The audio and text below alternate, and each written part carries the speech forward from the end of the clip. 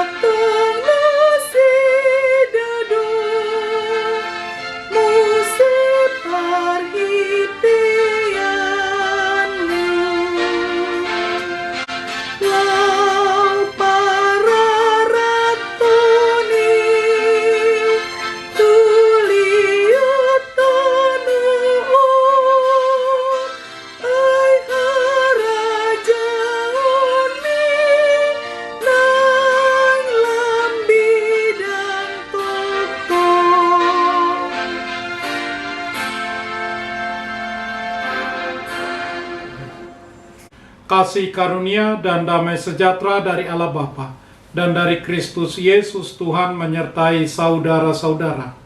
Amin.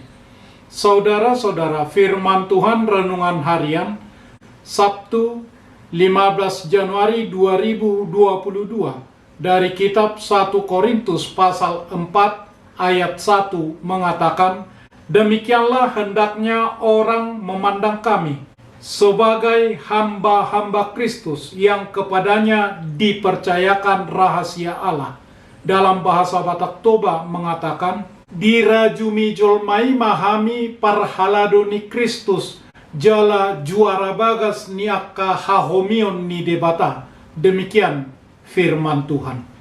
Saudara-saudara, jemaat Korintus adalah jemaat yang mengutamakan kemegahan, jabatan, dan hikmat dunia. Sikap mereka yang memakai standar mereka sendiri dalam menilai orang lain membuat Rasul Paulus merasa dihakimi.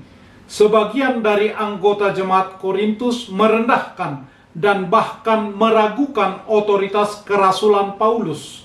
Dibandingkan dengan Apolos, Rasul Paulus dianggap kurang berkarisma, kurang pintar, dan kurang berhikmat. Pandangan semacam ini muncul karena Rasul Paulus dalam memberitakan Injil Kristus memilih untuk tidak memakai kata-kata yang indah menurut standar hikmat dunia saat itu. Kemudian Rasul Paulus juga diremehkan karena ia dianggap sebagai orang yang miskin. Intinya bahwa jemaat Korintus meragukan kerasulan Rasul Paulus dan pelayanannya karena mereka beranggapan bahwa diri mereka lebih pintar, lebih berharga, dan lebih diberkati secara ekonomis dibanding Rasul Paulus.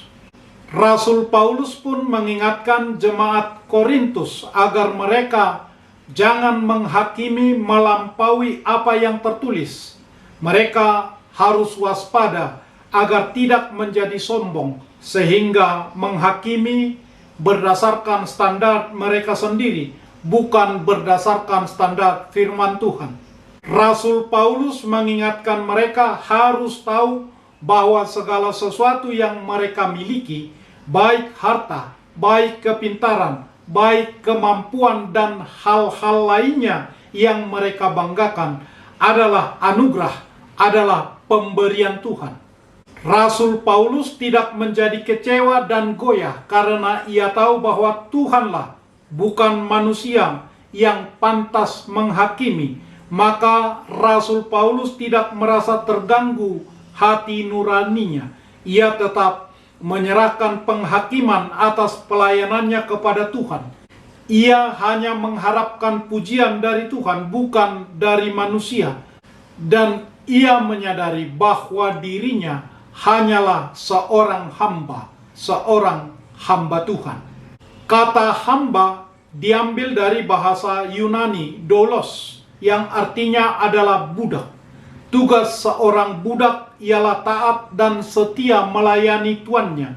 Siapakah Tuhan kita? Tuhan kita adalah Tuhan Yesus Kristus. Kepada kita sebagai budaknya dipercayakan rahasia Allah. Sebagai hamba Tuhan, sebagai budak Tuhan, kita pun dituntut untuk memiliki komitmen seperti Rasul Paulus dalam kondisi apapun, dalam situasi apapun di tengah kehidupan yang kita hadapi. Kita harus mengikuti Yesus Kristus dengan cinta, bukan karena terpaksa. Amin. Marilah kita berdoa.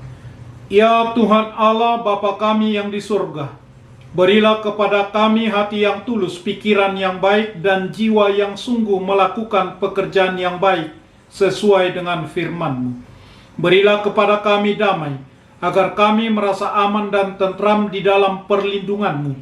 Kiranya kami senantiasa berpegang pada firman-Mu dalam menghadapi musuh-musuh kami. Jaga dan kuatkanlah kami di dalam Yesus Kristus Tuhan kami. Amin. Marilah kita menyanyikan buku nyanyian HKBP dari nomor 156 ayat 2.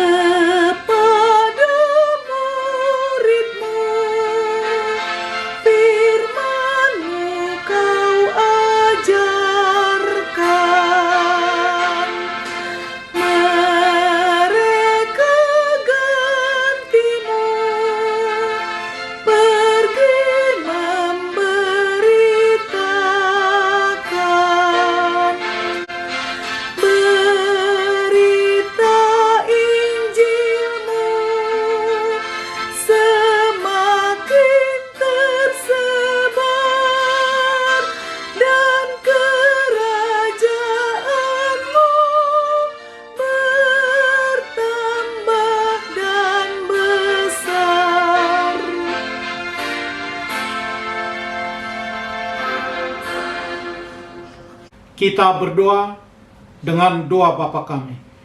Bapa kami yang di surga, dikuduskanlah nama-Mu. Datanglah kerajaan-Mu. Jadilah kehendak-Mu di bumi seperti di surga. Berikanlah kami pada hari ini makanan kami yang secukupnya. Dan ampunilah kami akan kesalahan kami, seperti kami juga telah mengampuni orang yang bersalah kepada kami. Dan janganlah membawa kami ke dalam pencobaan, tetapi lepaskanlah kami daripada yang jahat. Karena Engkau punya kerajaan dan kekuasaan dan kemuliaan sampai selama-lamanya. Amin.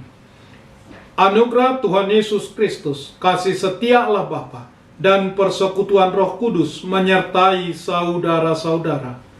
Amin.